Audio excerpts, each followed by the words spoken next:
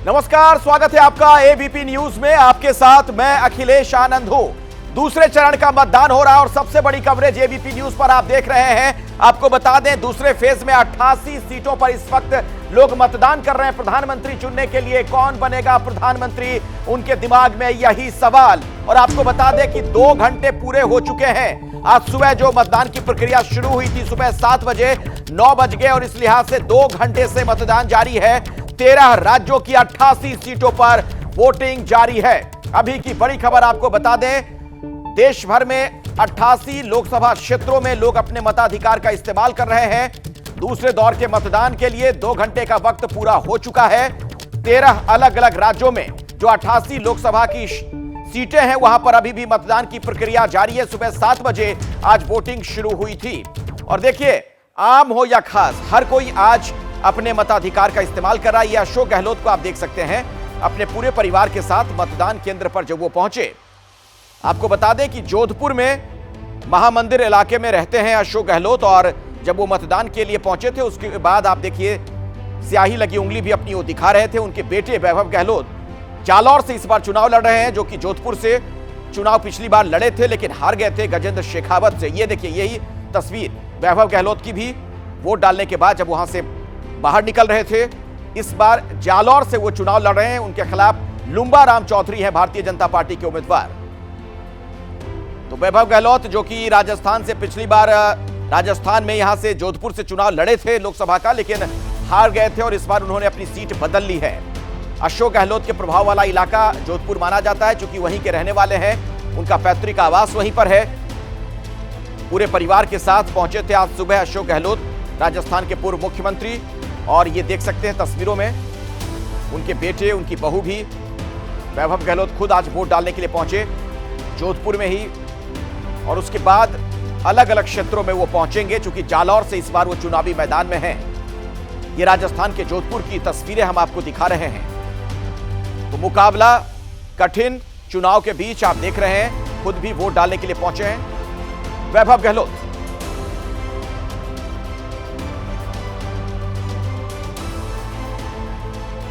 और इस बीच आपको बता दें, चुनाव का मिजाज गर्म होता हुआ क्यों नजर आ रहा है, इसे भी जरा समझिए। देश के संसाधनों वाला जो बयान था डॉक्टर मनमोहन सिंह का, पूर्व प्रधानमंत्री का, उसे लेकर बीजेपी एक बार फिर से घेर रही है कांग्रेस को। बीजेपी ने मनमोहन सिंह का पुराना वीडियो जारी किया है। बीजेपी ने आरोप लगाया कि मनमोहन सिंह ने कहा था कि देश के संसाधनों पर अल्पसंख्यकों का पहला हक है, गरीबों का पहला हक होना चाहिए, और ओबीसी का हक मार रही है कांग्रेस। ये कहते हुए जेपी नड्डा ने, बीजेपी अध्यक्ष ने आज भी हमला किया है।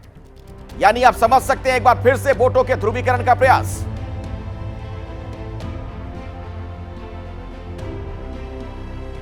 कांग्रेस और इंडी गठबंधन का हिडन एजेंडा, छुपा हुआ एजेंडा है कि एससी, एसटी और ओबीसी का हक छीनकर मुस्लिमों को देना।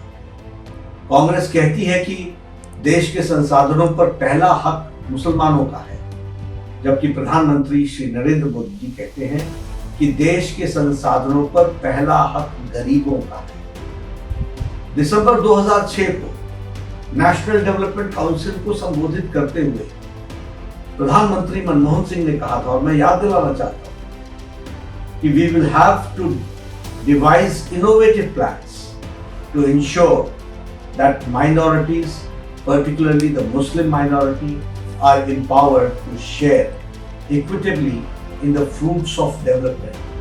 They must have the first claim on resources. Manmohan Singh ji ने यह बयान गलती से नहीं दिया था, बल्कि जानबूझकर दिया था, क्योंकि अप्रैल 2009 फिर से मनमोहन सिंह ने मुंबई में प्रेस कॉन्फ्रेंस के दौरान एक प्रश्न के जवाब देते हुए फिर अपने बयान को सही ठहराया और कहा कि माइनॉरिटीज का, खासकर मुस्लिमों को प्रायोरिटी मिलनी चाहिए और उनको संसाधनों, देश के संसाधनों पर पहला हक होना चाहिए। कांग्रेस की एससी, एसटी और ओबीसी के अधिकारों पर डाका डालने की यह आदत बहुत पुरानी है। तो बीजेपी के अध्यक्ष जेपी नड्डा को आपने सुना। एक बार फिर से 2024 के चुनाव में 2006 वाला बयान याद दिलाया जा रहा है लोगों को। सवाल यह कि आखिर इसका मतलब क्या है। सीधे मैं आपको लिए चलता हूं, नीरज पांडे हमारे साथ, हमारे सहयोगी जुड़ गए हैं। नीरज, अभी बीच चुनाव में, जबकि दूसरे चरण का मतदान जारी है। अगर ये बयान बीजेपी अध्यक्ष की तरफ से याद दिलाया जा रहा लोगों को, तो इसका मतलब क्या निकाला जाए? क्या कोशिश बीजेपी की?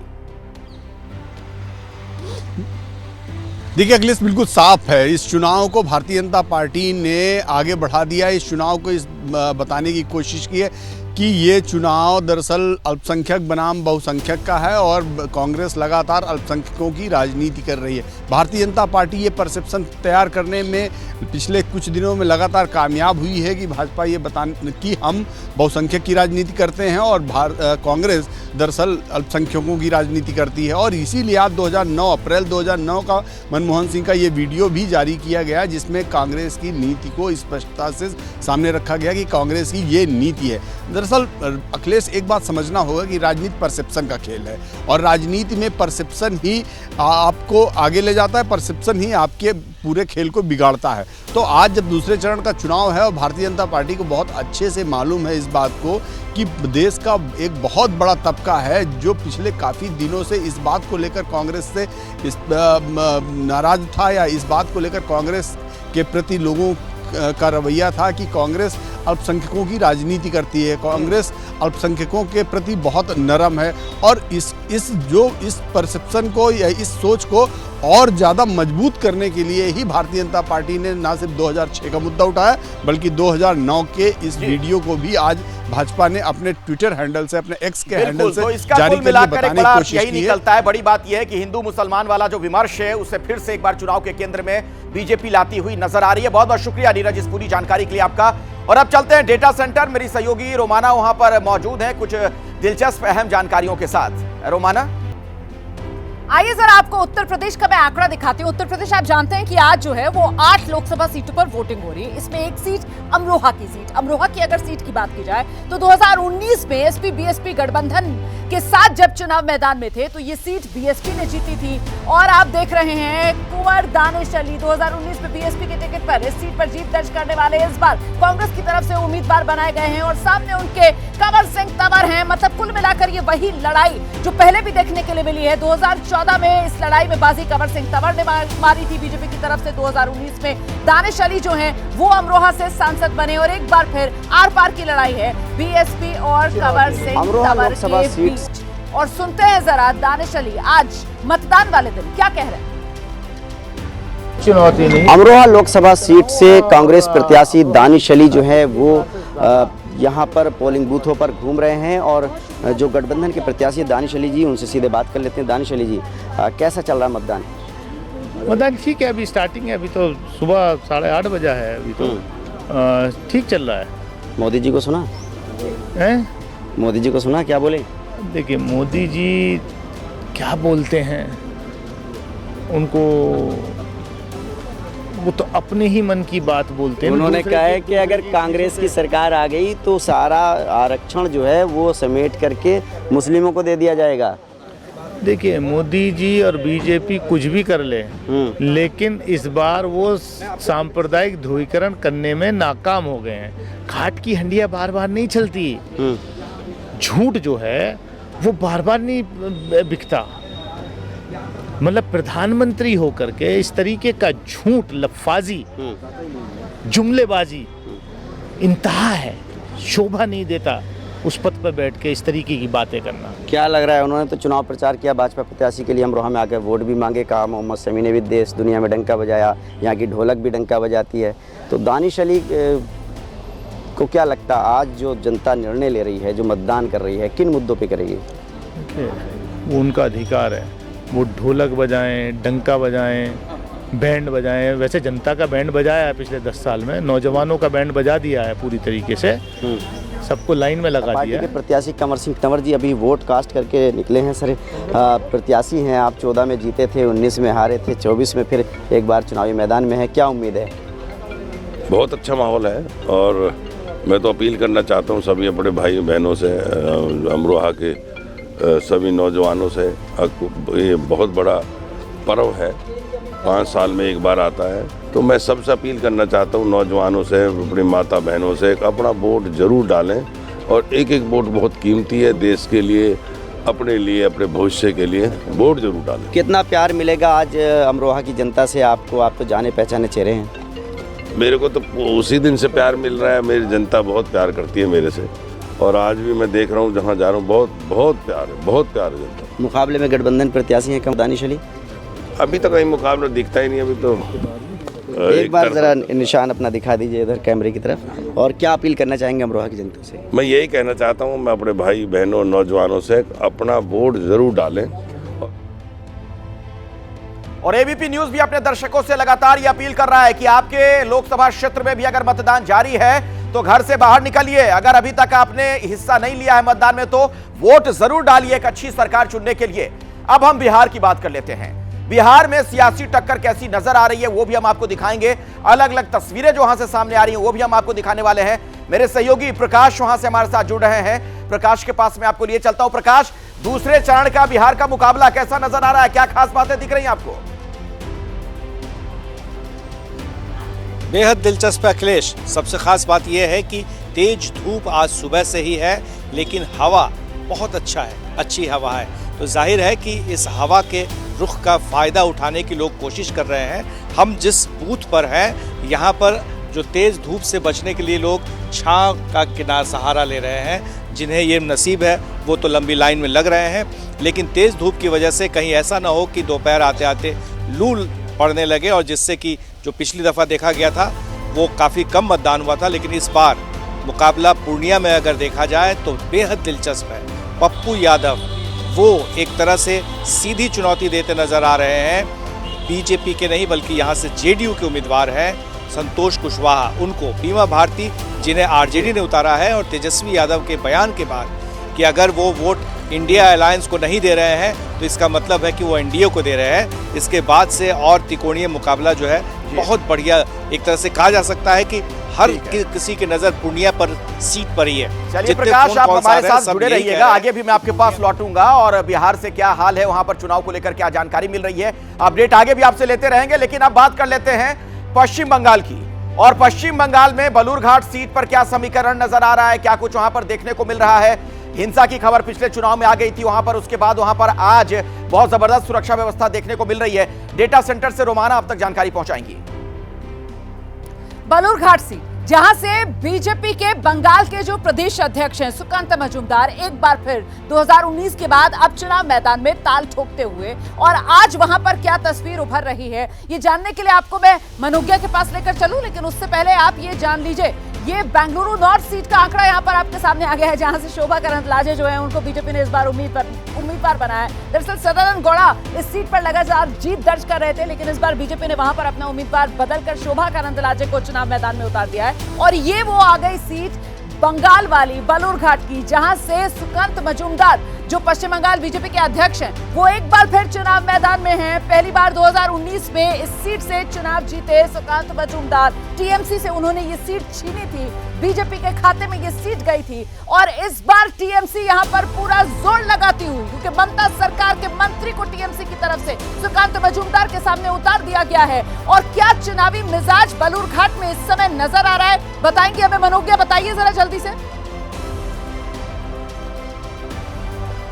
देखिए, तापमान जैसे जैसे बढ़ रहा है, मैं अगर ये कहूँ कि दोपहर तक ये हालत हो जाएगी कि यहाँ पर कितने लोग नजर आएंगे ये कहना मुश्किल हो पाएगा। धूप इतनी तेज है, सुबह के 9-10 बज रहे हैं, और आप अंदाजा लगाइए कि यहाँ पर चश्मा पहन के खड़ा होना पड़ रहा है, क्योंकि धूप को सामने से देख पाना, सूर्य को देख पाना, उसकी तरफ नजर रोक पाना बड़ा मुश्किल है। लेकिन इन लोगों को सल्यूट है, क्योंकि जो सुबह से यहाँ पर 7 बजे से कि नहीं 5:30 बजे से लाइन में लगे थे, जिससे उनका नंबर आ जाए। और अगर सीट की बात करें तो बड़ी तगड़ी लड़ाई है। अगर मैं ये कहूँ कि एक और विप्लव मित्रा हैं, तृणमूल कांग्रेस सरकार के मंत्री हैं, तो दूसरी ओर डॉक्टर सुकांत मजूमदार, जिनके लिए गृह मंत्री अमित शाह और प्रधानमंत्री कैंपेन करके गए, प्रदेश के अध्यक्ष है, सांसद है। लोगों से पूछते हैं किस मुद्दे पर वोट किया है इस दफा जो जिस मुद्दे पर वोट हुआ, उस वोट में एक जो काम किया है, जो जैसा जैसा काम किया उसके ऊपर वोट हुआ है। इसके बाद काम किया है कि नहीं, ये बताइए। इस बार किस मुद्दे पर आपने वोट किया? इस बार देखिए, ये जो क्षेत्र है ये तो कलकत्ता से बहुत दूर है। यहाँ पे हेल्थ इंफ्रास्ट्रक्चर कुछ भी नहीं है, लोगों को बाहर जाना पड़ता है। तो हम तो हेल्थ इंफ्रास्ट्रक्चर बने इसलिए वोट किए, और रेलवे इंफ्रास्ट्रक्चर बने उसलिए भी वोट किए। आपने किस मुद्दे पर वोट किया? हमने किया जो हमारा स्टेट है, जो डिस्ट्रिक्ट है, वो क्या है ना, एजुकेशन के इंफ्रास्ट्रक्चर में बहुत पीछे है, उसका थोड़ा यूनिवर्सिटी बन जाए, यही हमारा उम्मीद है और इसके लिए हम वोट किए। देखिए बड़े दिलचस्प जवाब है, लेकिन आपको यहाँ पे तस्वीर दिखा दूं, माँ बच्चे को लेकर बैठी हुई है यहाँ पर। आने में या फिर युवाओं के जोश में कोई कमी नहीं है, लेकिन चुनौती ये है कि आखिरकार इस गर्मी में कितनी देर तक यहाँ पर इन्हें खड़ा रहना पड़ेगा। लंबी लंबी कतारें हैं, ये कमोवेश बंगाल की तस्वीर होती है। दीदी तो ग्लूकॉन डी की बोतल लेकर आई है, क्या कहें? गर्मी ज्यादा है, इसीलिए ग्लूकॉन डी लेकर आए हैं। ग्लूकॉन डी की बोतल खुद लेकर आई है। और ये मैं आपको बताऊं कि जिस तरह से तापमान बिल्कुल। है, उतनी ह्यूमिडिटी है। हाँ, लोग पानी पीते रहे हैं, अपनी सेहत का ख्याल रखें, लेकिन वोट जरूर करने जाए। इसकी एक तस्वीर वहां पर नजर आई जो आप दिखा रही थी कि ग्लूकॉन डी के बोतल के साथ वहां एक महिला पहुंची है। मनोज्ञा, दोबारा भी हम आपके पास लौटेंगे, लेकिन अपने दर्शकों को जरा बिहार लिए चलते हैं। कटिहार में इस वक्त क्या हाल है, वोटर्स क्या कह रहे हैं, क्या मूड नजर आ रहा है? शशांक हमारे सहयोगी ने वहां लोगों से बातचीत भी की है ग्राउंड जीरो से, उनकी एक रिपोर्ट दिखाते हैं आपको। लोकतंत्र का महापर्व है। कटिहार में सुबह से वोटिंग जारी है और यही लोकतंत्र की खूबसूरती है। लोग सुबह से ही लाइन में लगे हुए हैं, चाहे महिला हो चाहे पुरुष हो, अपने मताधिकार का प्रयोग करेंगे। कटिहार जो है सीमांचल का मुस्लिम बहुल इलाका है। यहाँ पर आपको मुस्लिम समाज के लोग भारी संख्या में नज़र आ रहे हैं जो वोटिंग करने के लिए आए हैं। हम उनसे बात भी करेंगे। आप लोग वोट देने के लिए आए हुए हैं, किन मुद्दों पर वोट कर रहे हैं? विकास के मुद्दे पर वोट देने के लिए आए हैं। सरकार किसी का भी हो, लेकिन काम अच्छा होना चाहिए। ये जात पात छोड़ के उठ के मतलब सरकार को सोचना चाहिए कि देश किस तरह से आगे बढ़ेगा और विकास अच्छा से अच्छा कैसे होगा, वही चाह रहे हैं सर। विकास एक बड़ा मुद्दा है। जी जी सर, बहुत बड़ा मुद्दा है सर, विकास बहुत बड़ा मुद्दा है सर। कैसी सरकार हो केंद्र में? सरकार अच्छा होना चाहिए, धर्म से दूर रहना चाहिए, जिससे जाति धर्म का लड़ाई इस तरह नहीं होना चाहिए। अमन चैन जो हम लोग का देश में शांति होना चाहिए, इस मुद्दे पर हम लोग वोट करेंगे। केंद्र में कैसी सरकार आप लोग चाहते हैं, क्या चाहते हैं? आपका सांसद कैसा हो? सांसद ऐसा हो कि हमारे क्षेत्र का विकास हो और लोगों बेरोजगारी है, महंगाई है, ये सब का मुद्दा है ताकि लोग खुशहाल रहे। देखिए महिलाएं भी यहाँ पे खड़ी हैं। किन मुद्दों पर ये लोग वोट कर रही हैं? देखिए चप्पे चप्पे पे यहाँ पे सुरक्षाकर्मी तैनात हैं। कड़ी सुरक्षा के बीच यहाँ पर मतदान कराया जा रहा है। और इस बीच कुछ और तस्वीरें भी हम आपको दिखाते हैं। देश में अलग अलग हिस्सों से लगातार लोग जो मतदान करने पहुंच रहे हैं वो तस्वीरें भी आ रही हैं। जो प्रत्याशी मतदान करने पहुंच रहे हैं वो तस्वीरें भी देखने को मिल रही हैं। तेजस्वी सूर्या जब मतदान में हिस्सा लेने के लिए पहुंचे हैं उस दौरान की तस्वीर अब हम आपको दिखाने जा रहे हैं। बेंगलुरु साउथ से जो उम्मीदवार हैं, आप देख रहे हैं तस्वीरें अब हम आपको दिखा रहे हैं। बेंगलुरु साउथ से बीजेपी के उम्मीदवार फायर ब्रांड नेता तेजस्वी सूर्या वो मतदान करने के लिए पहुंचे हैं पोलिंग बूथ पर। और आइए कुछ और डेटा, कुछ और जानकारी आप तक हम पहुंचाते हैं। पल पल का हाल आप तक हम लगातार पहुंचा रहे हैं। चलते हैं डेटा सेंटर एक बार फिर से रोमाना के पास।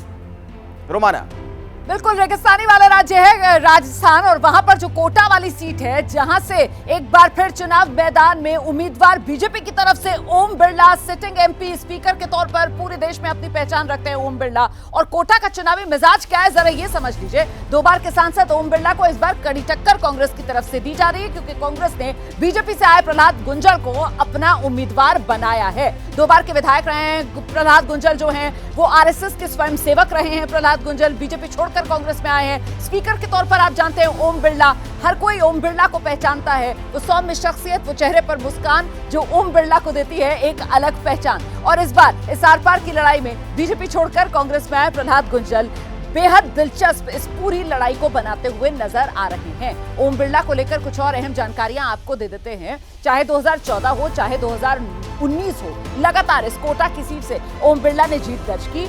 इस बार जीत की हैट्रिक लगाने के लिए एक बार फिर कोटा सीट से ओम बिरला चुनाव मैदान में है। मतलब 2 बार के लोकसभा सांसद ओम बिरला एक बार फिर चुनाव मैदान में। राजस्थान में आज 13 लोकसभा सीटों पर वोट डाले जा रहे हैं और इसी के साथ आज सेकेंड फेज में जब चुनाव खत्म होगा, मतदान खत्म होगा, तो राजस्थान की मतलब सभी 25 की 25 सीटों पर चुनाव मुकम्मल हो जाएगा। और 2019 की अगर बात की जाए तो 25 की 25 सीटें जो हैं वो खाते में गई थी बीजेपी की। इस बार भी बीजेपी इसी बड़े चैलेंज चुनौती को लेकर आगे बढ़ रही है। और ओम बिरला खुद कोटा से उम्मीदवार कोटा बूंदी लोकसभा से बीजेपी के उम्मीदवार ओम बिरला मेरे साथ हैं, पूजा पाठ कर चुके हैं। बगल में ही पोलिंग स्टेशन है, यहाँ पर बूथ पर वो अपना वोट जो है वो डालने के लिए जाएंगे। उससे पहले हम जरा इनसे बातचीत कर लेते हैं। माहौल क्या है?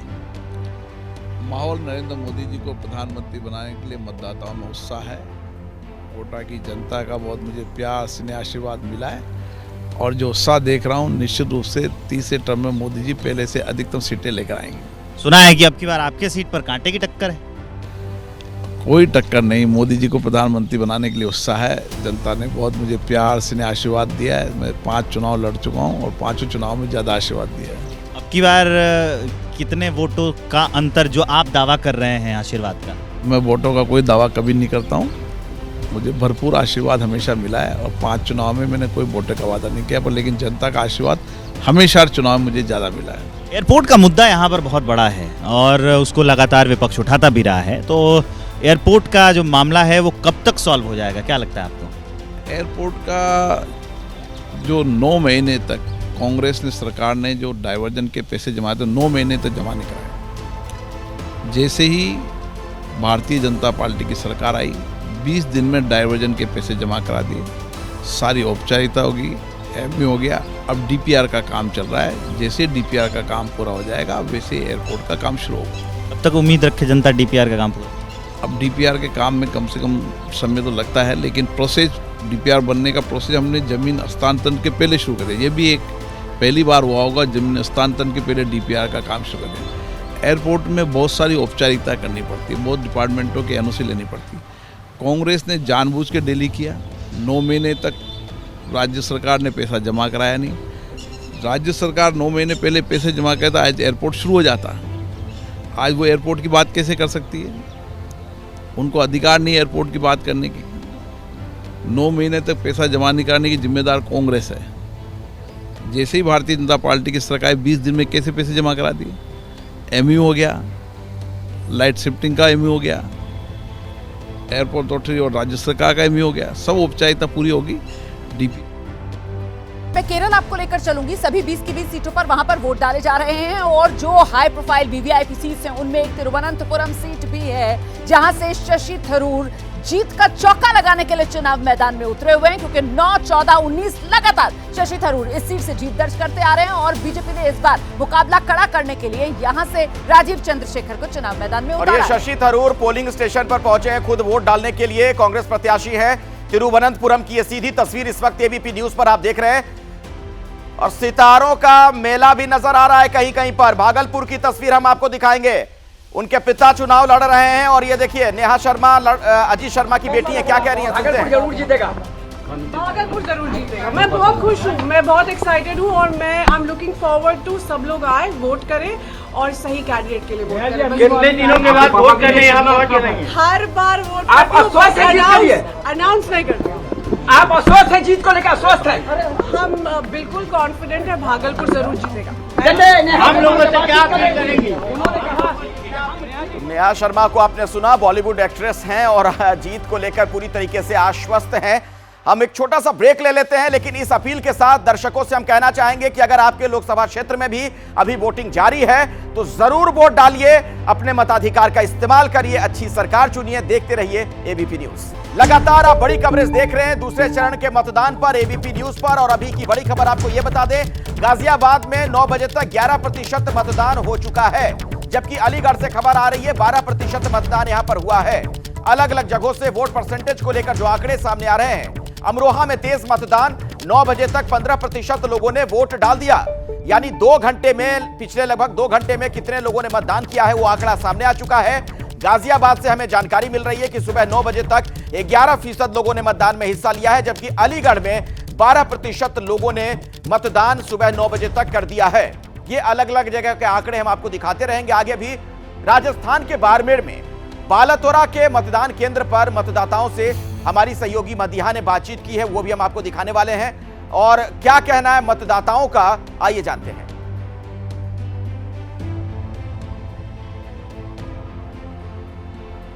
तो हम आपको लगातार तस्वीरें दिखाते रहेंगे अलग अलग लोकसभा क्षेत्रों की। और इस बीच एक बार फिर से आपके सामने वोट परसेंटेज हम आपको लगातार ये बता रहे हैं कि सुबह 9 बजे तक कितने लोगों ने मतदान किया है। और हमारा मकसद ये है आपको बताने का कि आपके लोकसभा क्षेत्र में भी अगर मतदान जारी है तो आप जरूर इसका हिस्सा बनिए, घर से बाहर निकलिए, वोट जरूर डालिए। आइए अब आपको बाड़मेर लिए चलते हैं, वहां पर लोगों का क्या मूड है देखते हैं।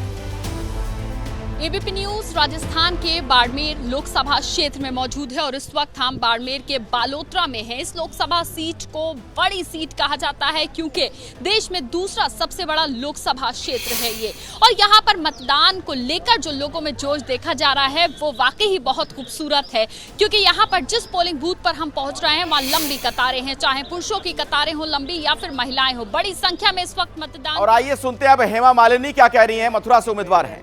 So I'm very sure everything is going to be good.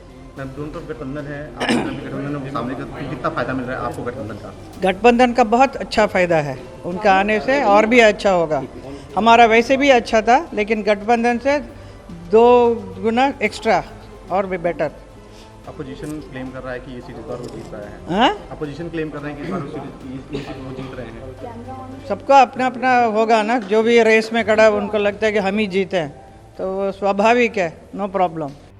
Congress से मुकेश धनगर इनके सामने हैं। हेमा मालिनी जो कि बॉलीवुड एक्ट्रेस रही और एक बार फिर से मथुरा से किस्मत आजमा रही हैं, अपनी जीत को लेकर आश्वस्त हैं, लेकिन जनता क्या सोचती है वो तो नतीजों से ही पता चलेगा।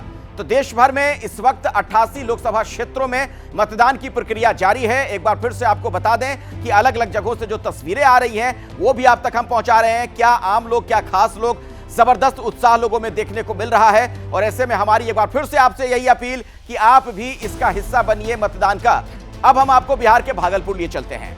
हमारी सहयोगी निधि ने अलग अलग मतदाताओं से वहां पर राय ली, बातचीत की। आज सुबह लोग क्या कह रहे हैं मतदान को लेकर, सुनते हैं। तस्वीर है भागलपुर के एक जागरूक मतदाता की, जो मतदान केंद्र तो पहुंचे हैं लेकिन वोटर लिस्ट में अपना नाम ढूंढ रहे हैं। और मैं भागलपुर के शहरी क्षेत्र के एक पोलिंग बूथ पर हूं, तमाम वोटर्स के साथ, जो सुबह सुबह फर्स्ट आवर में इनकी कोशिश है कि हम मतदान केंद्र जाएं और वोट करके इस लोकतंत्र के पर्व का हिस्सा बने। सर क्या नाम है आपका, ये बताएं पहले। सुनील कुमार दारुका। अच्छा, मैं आई हूँ, मैं देख रही हूँ कि आप अपना नाम ढूंढ रहे हैं, मिला नहीं क्या अभी तक? नहीं अभी तक तो नहीं मिला, मैडम का मिल गया लेकिन मेरा नहीं मिला है। परेशानी होगी फिर? मैं खोज रहा हूँ, उम्मीद है जरूर मिलेगा और मैं अपना अधिकार को ज़रूर उसका पूरा करने का कोशिश करूँगा। अगर इसमें कुछ गलत। बहुत सारे लोग यहाँ मुझे दिख रहे हैं, मुझे क्विकली बताएं कि यहाँ के लोगों के लिए सबसे ज़रूरी मुद्दा क्या है? बिजली की सुविधा होनी चाहिए, लाइन बहुत ज़्यादा कटती है जिससे हम लोग को बहुत ज़्यादा परेशानी होती है। यहाँ शहरी वोटर्स बहुत ज़्यादा संख्या में वोट नहीं दे पाते, क्या कारण? अभी जो गर्मी इतनी पड़ रही है, लू चल रहा है, इसके चलते भी बाहर लोग नहीं निकलते हैं वोटर। कितनी उम्र होगी आपकी? मेरी उम्र है 92 वर्ष। आप वोट देने के लिए पहुंचे, ये सबसे जरूरी है, सुबह सुबह पहुंचे। हम पोलिंग बूथ पर ही वोट देने आए हैं और आपने जो पूछा कि इतना एब्सेंस क्यों होता है, इसका मुख्य। चलिए, ये तो आपने बिहार का हाल देखा। अब हम आपको अमरावती के बारे में बताते हैं। यहाँ का मुकाबला भी बहुत ही दिलचस्प नजर आ रहा है। डेटा सेंटर से रोमाना मेरे साथ जुड़ गई हैं, जो कि पूरा हाल आपके सामने रखने वाली हैं। रोमाना, की अगर बात की जाए तो 8 लोकसभा सीटें हैं जहां महाराष्ट्र में आज वोट डाले जा रहे हैं और इनमें सबसे ज्यादा अगर किसी सीट पर नजर है तो वो अमरावती की सीट है, जहां से नवनीत राणा एक बार फिर चुनाव मैदान में। लेकिन ये पहला मौका है जब अमरावती से बीजेपी का उम्मीदवार चुनाव मैदान में है। जी, नवनीत राणा 2019 में बतौर निर्दलीय उम्मीदवार चुनाव जीती थी और अब बीजेपी के टिकट पर नवनीत राणा चुनाव मैदान में है। उन्हीं के साथ खास बातचीत आपको सुनाते हैं।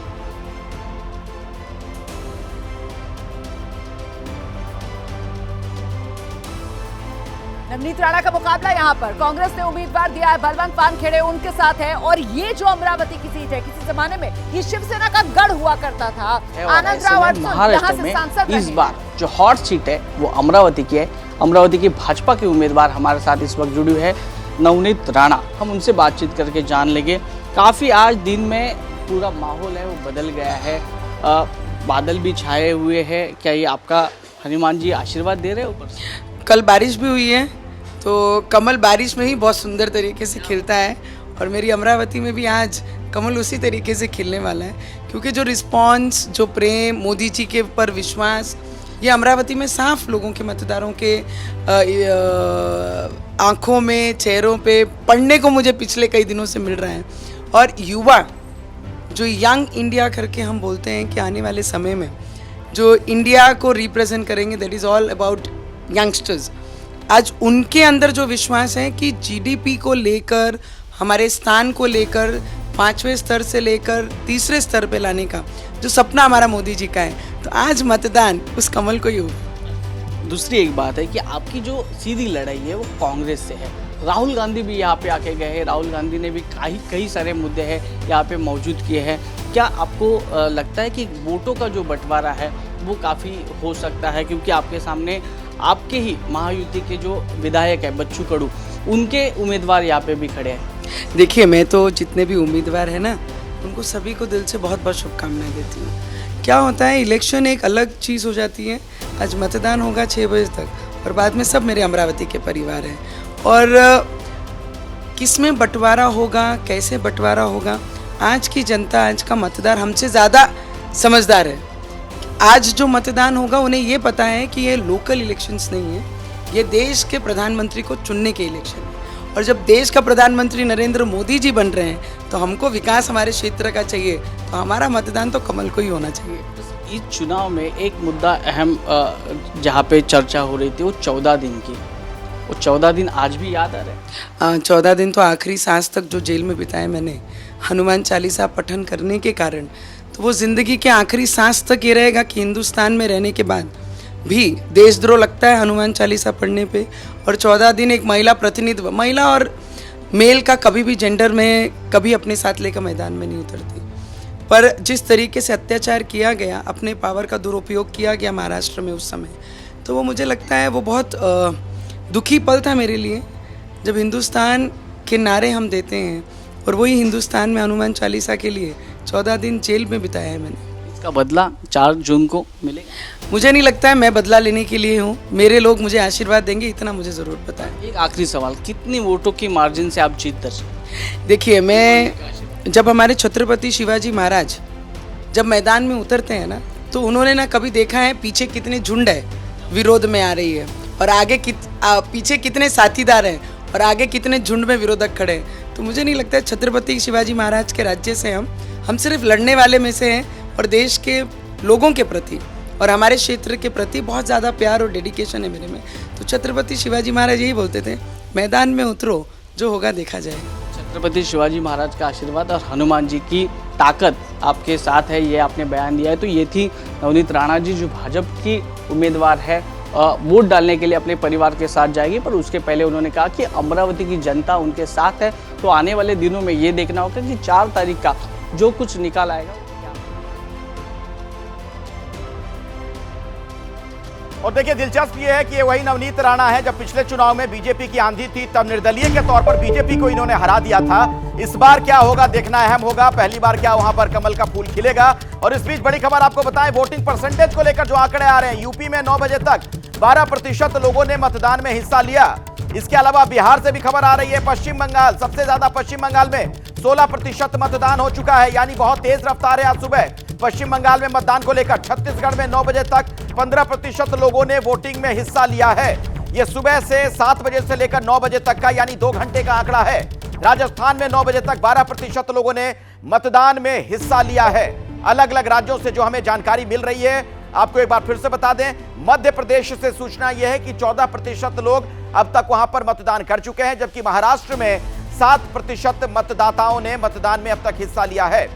और अब हम आपको गौतम बुद्ध नगर का हाल बताते हैं, और यहां से महेश शर्मा जो कि बीजेपी के उम्मीदवार हैं, आज सुबह क्या कह रहे हैं सुनवाते हैं आपको। हमारे साथ डॉक्टर महेश शर्मा हैं। डॉक्टर साहब, आप आज आपका इलेक्शन है, मुझे एक बात बताइए कि ये इलेक्शन किस मुद्दे पर हो रहा है? सबसे बड़ा मुद्दा क्या है इस चुनाव का? ये जो आपका तीसरी बार आप यहाँ से उम्मीदवार। देखिए, लोग आजिज आ चुके थे, जाति बिरादरी धर्म की राजनीति से आजिज आ चुके थे। आज सिर्फ एक और एक एजेंडा है, देश को विकास के मार्ग पर नई ऊंचाइयों तक ले जाने का।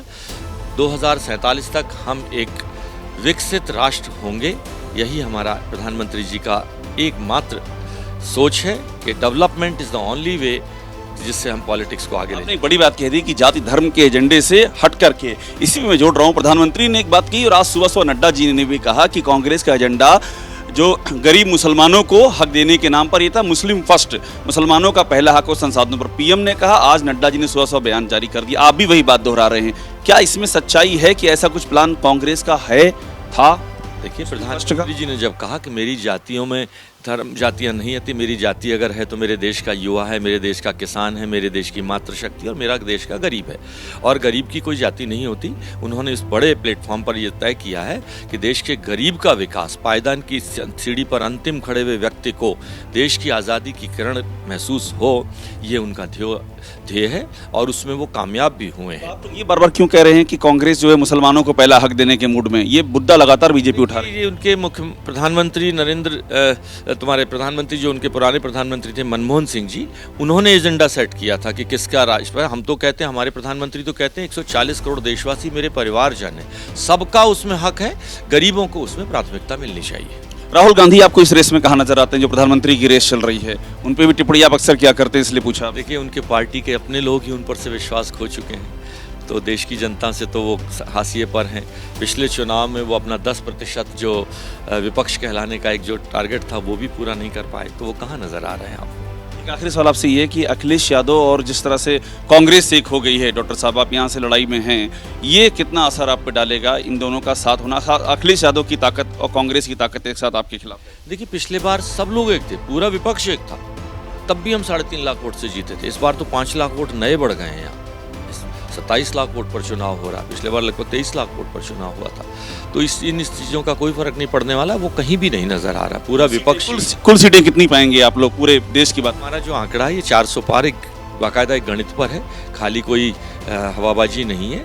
303 वोट हमारे 303 सीटें हमारी पिछले बार आई थी, उससे हम डेफिनेटली बेहतर स्थिति के अंदर हैं, और इस बार हम 400 पार का। वोटर कम निकल रहे हैं आपके? पिछली बार पिछला जो चरण हुआ था उसमें फसल कटाई चरम पर थी, और किसान के लिए फसल और धरती माँ उसके लिए एक भावनात्मक रिश्ता है, उससे उनका आर्थिक स्थिति से जुड़ा रिश्ता है। लेकिन इस बार आप देखेंगे स्थिति बेहतर होगी। बहुत शुक्रिया बात करने के लिए डॉक्टर महेश शर्मा, अपनी बात कहते हुए और ये बताते हुए कि क्या है इस बार का उनका एजेंडा, क्या इस बार उनका नारा क्या है और किस तरह से अभिषेक उपाध्याय को आपने सुना डॉक्टर महेश शर्मा से बात करते हुए, जिनकी टक्कर महेंद्र नागर से है। और इस बीच उत्तर प्रदेश के ही ब्रजभूमि वाला इलाका मथुरा की सीट, जहां से एक बार फिर बीजेपी की तरफ से हेमा मालिनी को चुनाव मैदान में उतारा गया। 2014-2019 बॉलीवुड की ये ड्रीम गर्ल इस बार 2024 में एक बार फिर बीजेपी के टिकट पर कैंडिडेट हैं। सामने इनके कांग्रेस के उम्मीदवार हैं, और हेमा मालिनी से आज मतदान वाले दिन बात की है हमारे सहयोगी वीरेश पांडे, सुनाते हैं आप। हेमा मालिनी जी हमारे साथ हैं। हेमा मालिनी जी, आप क्या अपील करना चाहेंगी वोटिंग को लेकर? हम अपील कर रहे हैं कि आप सब जनता जितने भी हैं, दिस इज़ उनका पूरा राइट है, उनकी जिम्मेदारी है। देश के इस इतना बड़ा जो लोकतंत्र का जो फेस्टिवल है ये, इसमें भाग लेना चाहिए। घर में बैठ के टाइम वेस्ट न करें, और इस इतना अच्छा एक सुनहरा अवसर को खोए नहीं। So everybody should go and participate, and especially all the young voters should go and then establish their right in this country. Malini ji, कोई मुकाबला है, विपक्ष आपके सामने कहीं है खड़ा? मुकाबला है, हम लोग, मैं ये नहीं कहूँगी कि मेरा कोई है ही नहीं, ऐसा मैं इतना बात करने वाली नहीं हूँ। एवरीबडी इज़ मोस्ट वेलकम, जो भी विपक्ष है आने दीजिए।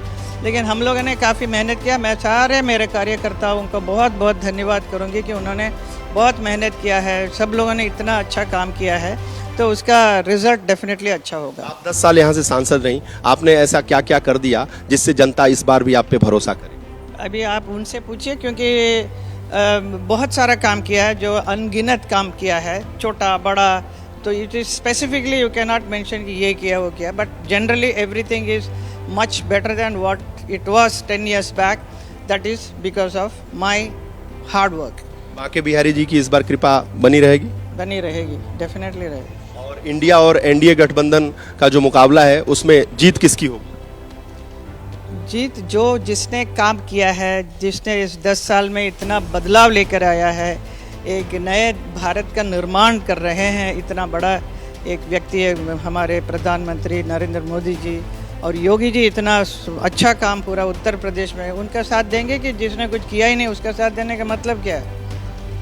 ठीक है, हेमा मालिनी जी हमारे साथ हैं। हेमा मालिनी जी का कहना है कि जिन्होंने काम किया है जनता उन्हें प्यार दे, और उनको पूरा विश्वास है, भरोसा है कि जनता उनके साथ है, मोदी के साथ है, योगी के साथ है। कैमरामैन हरिओम के साथ वीरेश पांडे, मथुरा।